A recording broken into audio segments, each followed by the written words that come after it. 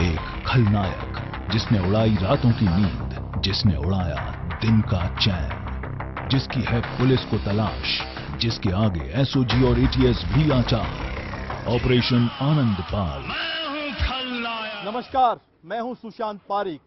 जी news Rajasthan के इस खास कार्यक्रम ग्राउंड रिपोर्ट में आपका स्वागत है। एक ऐसा कैदी जिसकी फरारी ने राजस्थान की सियासत में भूचाल ला दिया, एक ऐसा बदमाश जिसको राजस्थान की पूरी पुलिस फोर्स तलाश कर रही है, एक ऐसा गैंगस्टर जो जुर्म की दुनिया का बेताज बादशाह था, लेकिन आज पुलिस के रिकॉर्ड में सबसे बड़ा खलनायक है। जी हां, आज हम बात करेंगे गैंगस्टर आनंदपाल सिंह की।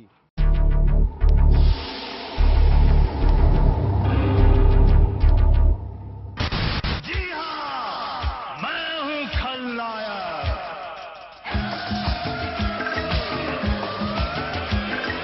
नायक नहीं, खलनायक हूं मैं। राजस्थान का सबसे बड़ा खलनायक,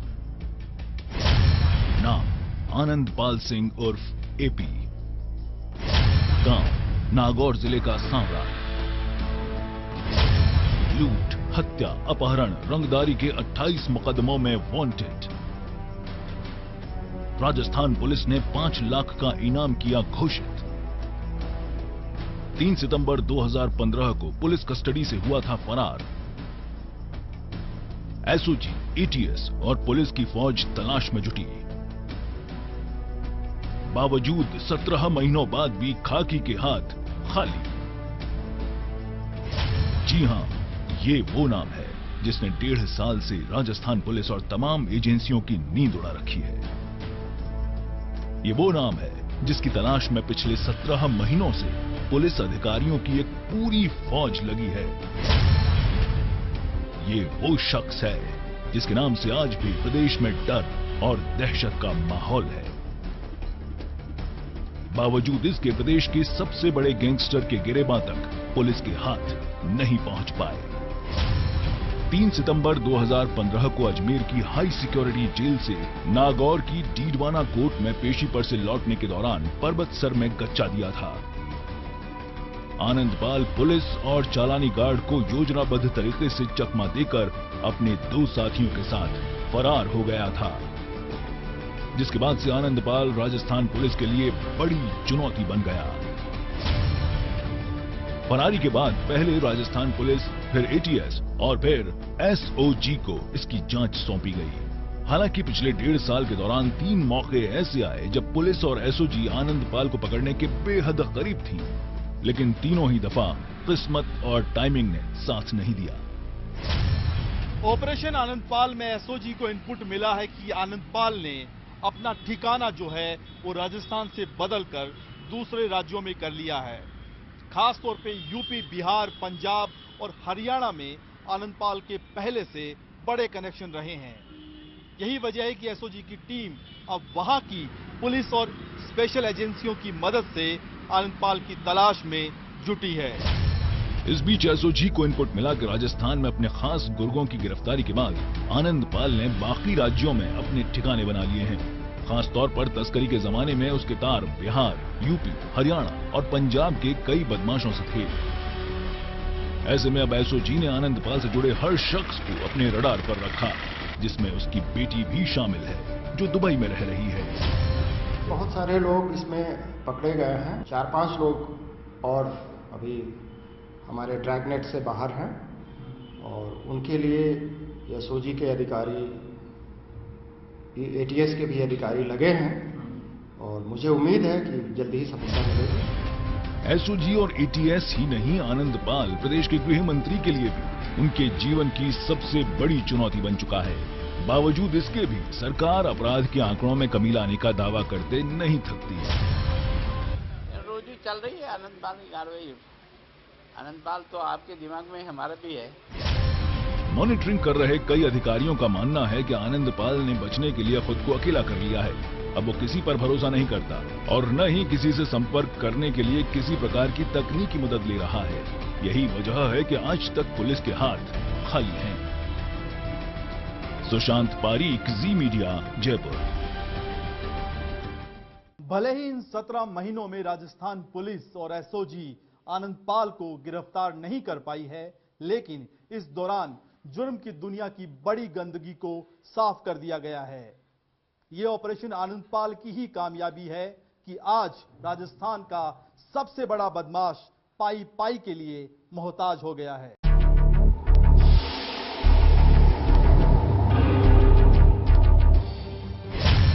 पाई पाई को मोहताज आनंदपाल, 200 करोड़ की संपत्ति की सीज, गिरफ्त में 100 से ज्यादा गुर्गे। फरार गैंगस्टर आनंदपाल बेशक पुलिस की गिरफ्त से कोसों दूर है, लेकिन ऑपरेशन आनंदपाल कई मायनों में कामयाब रहा। एसओजी की कमान तेज तर्रार आईपीएस ऑफिसर दिनेश एमएन के पास आने के बाद इस अभियान में भी तेजी आई। राजस्थान पुलिस, एसओजी और एटीएस की टीमों ने गैंग के 100 से ज्यादा गुर्गों को पकड़ने में कामयाबी हासिल की। इन बदमाशों की गिरफ्तारी से आनंदपाल के गैंग का पूरी तरह खात्मा हो सका। इनमें से कुछ बदमाश ऐसे थे जो न सिर्फ आनंदपाल के लिए जान दे सकते थे, बल्कि जान ले भी सकते थे। ऑपरेशन आनंदपाल की सबसे बड़ी कामयाबी यह है कि इस पूरी कार्रवाई के दौरान 100 से अधिक गुर्गे आनंदपाल के गैंग के एसओजी की पकड़ में आ चुके हैं और 200 करोड़ से अधिक की संपत्ति सीज की जा चुकी है। एक तरीके से एसओजी ने गैंगस्टर आनंदपाल की पूरी तरीके से आर्थिक कमर तोड़ दी है, लेकिन अभी भी सबसे बड़ा मलाल यही है कि आनंदपाल को एसओजी नहीं पकड़ पाई है। पंकज गुप्ता उर्फ भैया जी, यूपी के मैनपुरी का रहने वाला पंकज गुप्ता आनंदपाल से अजमेर जेल में मिला। राजस्थान के बाहर यूपी, हरियाणा, बिहार, दिल्ली में आनंदपाल के लिए ठिकाने और फंडिंग का काम करता था। सुरेश पाटीदार, झालावाड़ का रहने वाला सुरेश आनंदपाल का बेहद खास गुर्गा था, जो आनंदपाल की फरारी के दौरान उसके लिए ठिकानों की व्यवस्था करता था। कुलदीप सिंह, सीकर की नीम का थाना का रहने वाला कुलदीप आनंदपाल के लिए चोरी के वाहनों की व्यवस्था करता था। कुलदीप आनंदपाल की सहयोगी अनुराधा चौधरी गिरोह के साथ बड़ी वारदातों में शामिल रहा। आनंदपाल जब फरार हुआ तब भी कुलदीप मौजूद था। विजय मांड्या, सीकर जिले का रहने वाला विजय मांड्या आनंदपाल के सबसे भरोसेमंद गुर्गों में से एक था।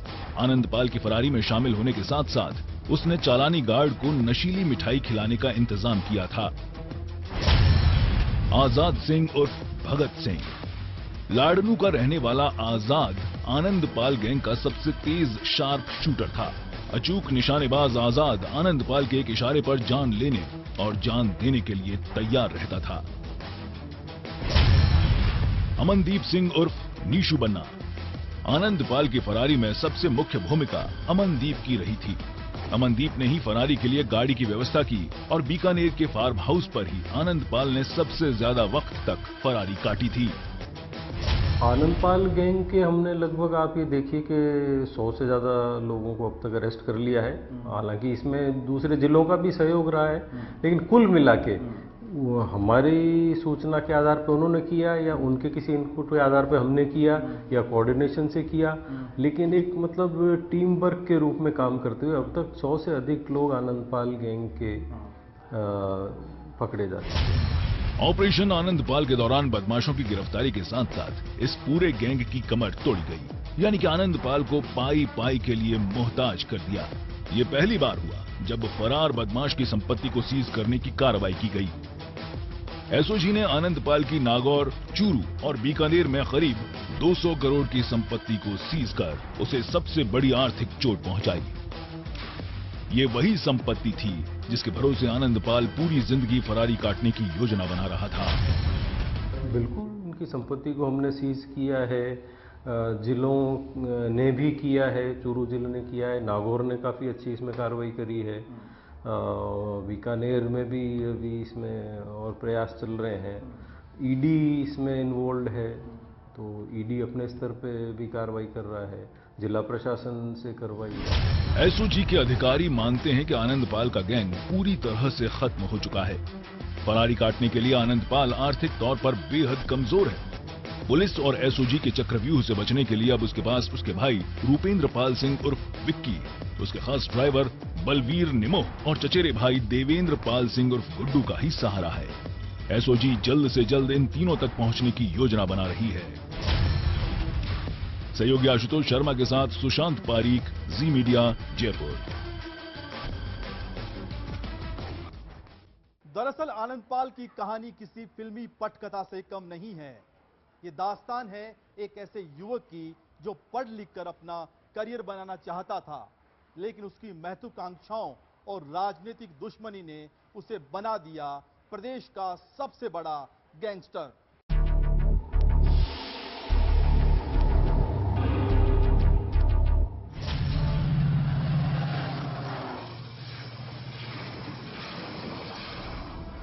नागौर के डीडवाना रोड पर बसा छोटा सा गांव सांवरात। वैसे तो राजस्थान के नक्शे पर इस गांव की कोई खास पहचान नहीं है, लेकिन पिछले कुछ सालों में अगर ये गांव किसी वजह से जाना जाता है तो वो है आनंदपाल। जी हां, यही वो गांव है जहां ठाकुर हुकुम सिंह के घर आनंदपाल सिंह का जन्म हुआ था। घर पर आनंदपाल सिंह को पप्पू के नाम से बुलाया जाता था। प्रारंभिक शिक्षा गांव में होने के बाद आनंदपाल 12वीं की पढ़ाई करने लाड़नू और फिर आगे की पढ़ाई करने डीडवाना चला गया। डीडवाना में स्नातक करने के बाद आनंदपाल प्रतियोगी परीक्षाओं की तैयारी करने लगा था, लेकिन इसी दौरान उसका रुझान राजनीति की तरफ हुआ और साल 2000 में हुए पंचायत समिति के चुनाव में चुनाव जीता और प्रधान के चुनाव में पूर्व कैबिनेट मंत्री हरजी राम बोडक के पुत्र जगन्नाथ से 2 वोटों से चुनाव हार गया। इसी साल चुनाव में हरजी राम बोडक से उसका विवाद हुआ था और बस यहीं से शुरू हुआ आनंदपाल से गैंगस्टर आनंदपाल बनने का सफर। नायक नहीं, खलनायक हूं मैं। नायक नहीं। 2002 का साल आनंदपाल के जीवन में बड़ा बदलाव लेकर आया। ये वो साल था जब आनंदपाल अपना राजनीतिक करियर शुरू करना चाहता था, लेकिन इसी साल ने उसके खाते में दे दी एक पुलिस एफआईआर।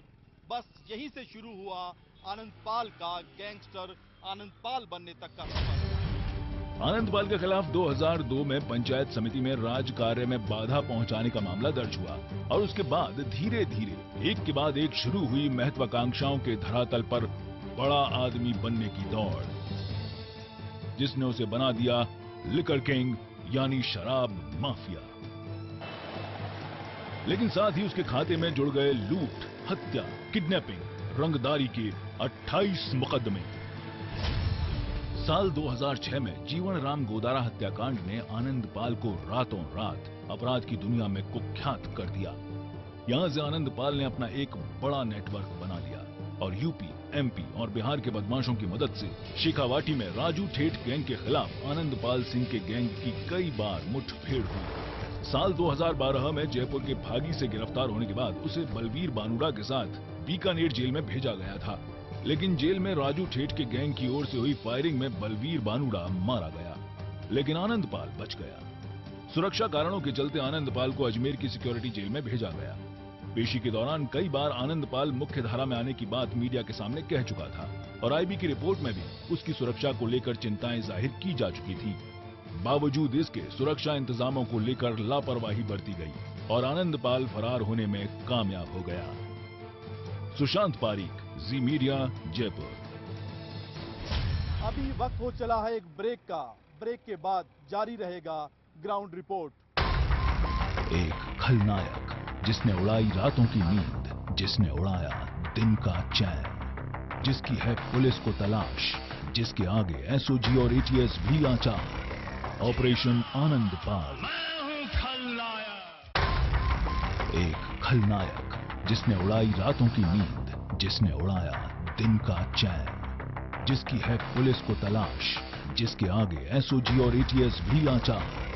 ऑपरेशन आनंदपाल। मैं हूं खलनायक। कभी शहीदों के गांव के तौर पर याद किए जाने वाले नागौर के सांवरात गांव की पहचान अब बदल चुकी है। सांवरात को अब उसके इतिहास की वजह से नहीं बल्कि वर्तमान की वजह से जाना जाता है और सांवरात गांव का वर्तमान है आनंदपाल सिंह।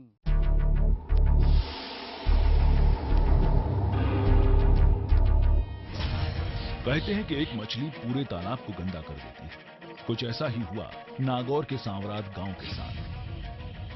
कुछ सालों से बनी पहचान ने बरसों पुराने इतिहास को जंग लगा दी। पुलिस रिकॉर्ड या फिर मीडिया की सुर्खियों में इस गांव का नाम मोस्ट वांटेड बदमाश आनंदपाल के गांव के तौर पर ही लिया जाता है।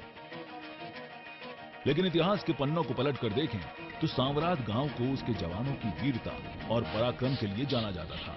द्वितीय विश्व युद्ध में अकेले इसी गांव के 20 सैनिकों ने भाग लिया था, जिनमें से एक शहीद भी हुए थे। आज भी इस गांव में 100 से ज्यादा भूतपूर्व सैनिक हैं और तकरीबन 40 से ज्यादा सैनिक अभी भी भारतीय सेनाओं में अपनी सेवाएं दे रही हैं। यही वजह है कि गांव की नेगेटिव इमेज को लेकर ग्रामीणों को बेहद मलाल है। परेशानी, हम कहीं जाते हैं तो गाड़ियों को रुका लेते हैं कि आप आनंदपाल के गांव के, और वैसे उन्होंने कुछ गांव के शामिल ही हो सकता है। हमारा तो कोई लेना देना नहीं उनसे। तो कहीं भी जाते हैं तो परेशान तो करते ही हैं, लेकिन गांव में ऐसी बात नहीं है कि आनंदपाल ना तो यहाँ आता है ना कोई हमने कभी उसको देखा है। ऐसे काम करने के बाद में हमने उसे देखा भी नहीं है। आनंदपाल का यहाँ पर कोई नहीं ड्रेब है, कुछ नहीं है उनका, ना ऐसी बात हमने कभी सुनी है। सांवरात के ग्रामीणों का कहना है कि आनंदपाल की वजह से उन्हें काफी परेशानियों का सामना करना पड़ता है। सांवरात गांव के होने की वजह से हमें शक की नजर से देखा जाता है। यहाँ तक कि हमारी गाड़ियों की स्पेशल जांच होती है। कई मर्तबा तो गाड़ी को पुलिस पकड़ भी लेती है। 3 बंदे थे, 3 बंदों को उन्होंने अपने गाड़ियों में बैठा कर ले गए पूछताछ के लिए, और प्रेशर भी बनाया कि आपने इनको गोलीबारी में आप भी शामिल हो। और एक बाइक थी, उस बाइक को भी वहां पर ले जाया गया, और बाइक को ले जाने के बाद में उस कोर्ट से बाइक छुड़वाई गई थी। ये बहुत ही बड़ी पुलिस की मैं समझता हूँ नाकामी है, क्योंकि गांव वालों को प्रेशर क्यों बना रहे हैं गांव वालों पर। कभी अपने गांव से बेहद प्यार करने वाला आनंदपाल आज सांवरात के लोगों के लिए बड़ी मुसीबत बन चुका है। यही वजह है कि गांव के लोग नहीं चाहते हैं कि इस गांव को आनंदपाल के गांव के तौर पर जाना जाए। सांवरात से हनुमान तंवर के साथ सुशांत पारीक, जी मीडिया, जयपुर। आनंदपाल सिंह की फरारी के बाद राजस्थान की जेलों में सुरक्षा सिस्टम को मजबूत बनाने के लिए राज्य सरकार ने जो गंभीरता दिखाई थी वो अब नजर नहीं आती। अजमेर की हाई सिक्योरिटी जेल के लिए भी एक प्रस्ताव तैयार हुआ था, लेकिन उस प्रस्ताव का क्या हुआ कोई नहीं जानता। आलम यह है कि आज भी राजस्थान की जेलों के सुरक्षा तंत्र में कई बड़े सुराख नजर आते हैं।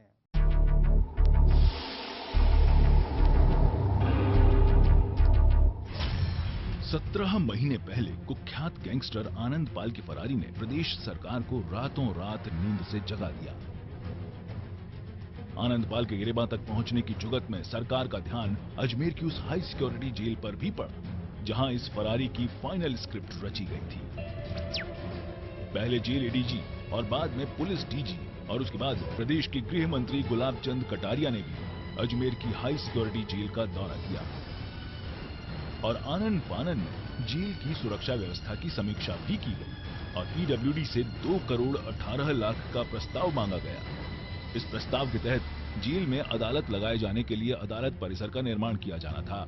हार्डकोर क्रिमिनल्स को इलाज के लिए जेल से बाहर न ले जाना पड़े, इसके लिए भी जेल के अंदर ही अस्पताल को उस पुरानी बिल्डिंग में शुरू किया जाना था जो जर्जर पड़ी है। जेल की जर्जर हो चुकी 2 बैरकों का जीर्णोद्धार भी किया जाना था, लेकिन प्रस्ताव कागजों से आगे नहीं बढ़ पाया। प्रदेश की उच्चतम सुरक्षा प्राप्त जेलों में अजमेर की हाई सिक्योरिटी जेल को भी शुमार किया जाता है और ये वही जेल है जहां कैदी आनंदपाल को रखा गया था और बाद में आनंदपाल पेशी के दौरान लौटते हुए फरार हो गया। नजरें इस जेल की खामियों पर भी उठी, सवाल इस जेल की खामियों पर भी उठे और नतीजा आनन फानन में जब प्रदेश के गृह मंत्री गुलाब चंद कटारिया ने इस हाई सिक्योरिटी जेल का निरीक्षण किया तो तमाम तरह की खामियों को सामने लाया गया। तय किया गया कि पीडब्ल्यूडी विभाग अगले 24 घंटे में एक प्रस्ताव देगा। उस प्रस्ताव में उन तमाम खामियों को उजागर किया जाएगा जो इस सुरक्षा में सेंध लगाने के लिए काफी मानी जा रही हैं। प्रस्ताव दिया भी गया। 2 करोड़ 18 लाख रुपए का ये प्रस्ताव तत्कालीन समय में दिया गया, लेकिन आज इस प्रस्ताव का क्या हुआ किसी को कुछ नहीं मालूम। महज अजमेर ही नहीं बल्कि प्रदेश की सभी प्रमुख जेलों में सुरक्षा के हालातों के यही हाल है। इसकी एक बड़ी वजह जेलों में नफरी की कमी और कैदियों की तादाद क्षमता से ज्यादा होना है। प्रदेश की जेलों में इस समय मौजूद हैं करीब 19,000 कैदी। इनमें 70% कैदी हैं विचाराधीन, यानी समय समय पर इनको पेशी के लिए ले जाना पड़ता है। इनमें से करीब 400 हार्डकोर बदमाश भी शामिल हैं, जिनकी सुरक्षा के लिए कड़े बंदोबस्त करने पड़ते हैं। औसतन एक कैदी की सुरक्षा में 5 पुलिसकर्मी तैनात होते हैं। अक्सर नहीं बदले जाते हैं कैदियों के चालानी गार्ड। यही वजह है कि बदमाश लगा लेते हैं सुरक्षा तंत्र में सेंध। आनंदपाल की फरारी के दौर में शायद सरकार जेल सिक्योरिटी को लेकर बेहद गंभीर थी। सरकार ने जिस अंदाज में महज कुछ घंटों में प्रस्ताव तैयार करवाए थे, उसे देखकर लग रहा था कि काम बहुत जल्दी शुरू होगा। ये अलग बात है कि 1.5 साल से अधिक का समय गुजरने को है, लेकिन सरकार ने अपने ठंडे बस्ते से इस प्रस्ताव की गर्म फाइल को ही बाहर नहीं निकाला। हम लोगों ने ये प्रयास किया था कि जहां तक संभव हो अपने जो भी हार्डकोर अपराधी हैं उनकी पेशियां जो है अगर जेल परिसर में एक कोर्ट होती है और वहीं से हो जाती हैं तो आसानी रहती है। इसके साथ ही साथ जो दिन प्रतिदिन चिकित्सा संबंधी इनकी समस्याएं रहती हैं उसके लिए भी एक जो है डिस्पेंसरी या एक छोटा हॉस्पिटल निश्चित तौर पर ये प्रस्तावित किया गया था और इस संबंध में जो है कार्रवाई भी चल रही है, प्रस्ताव भी तैयार हुए हैं। दरअसल मुद्दा केवल आनंदपाल का ही नहीं है, बल्कि प्रदेश की जेलों में 400 दूसरे हार्डकोर बदमाश भी कैद हैं। कहीं ऐसा ना हो लाल फीताशाही के शिकार बने सिस्टम की वजह से एक बार फिर कोई फरारी की योजना को दोहराए। इसलिए जरूरत है समय रहते सही और ठोस कदम उठाने की। दरअसल आज के दौर में जरूरत इस बात की है कि ऑपरेशन आनंदपाल में आनंदपाल को पकड़ने के लिए जो गंभीरता दिखाई गई है और जुर्म की दुनिया की बड़ी गंदगी को साफ किया गया है, वैसे ही सिस्टम में बने सुराखों को बंद करने के लिए भी राज्य सरकार गंभीर हो, ताकि आनंदपाल की फरारी जैसी घटनाओं को दोहराने से बचा जा सके। कैमरामैन कजोड़ और विजय के साथ सुशांत पारिक, जी मीडिया, जयपुर। एक खलनायक जिसने उड़ाई रातों की नींद, जिसने उड़ाया दिन का चैन, जिसकी है पुलिस को तलाश, जिसके आगे एसओजी और एटीएस भी लाचार। ऑपरेशन आनंदपाल।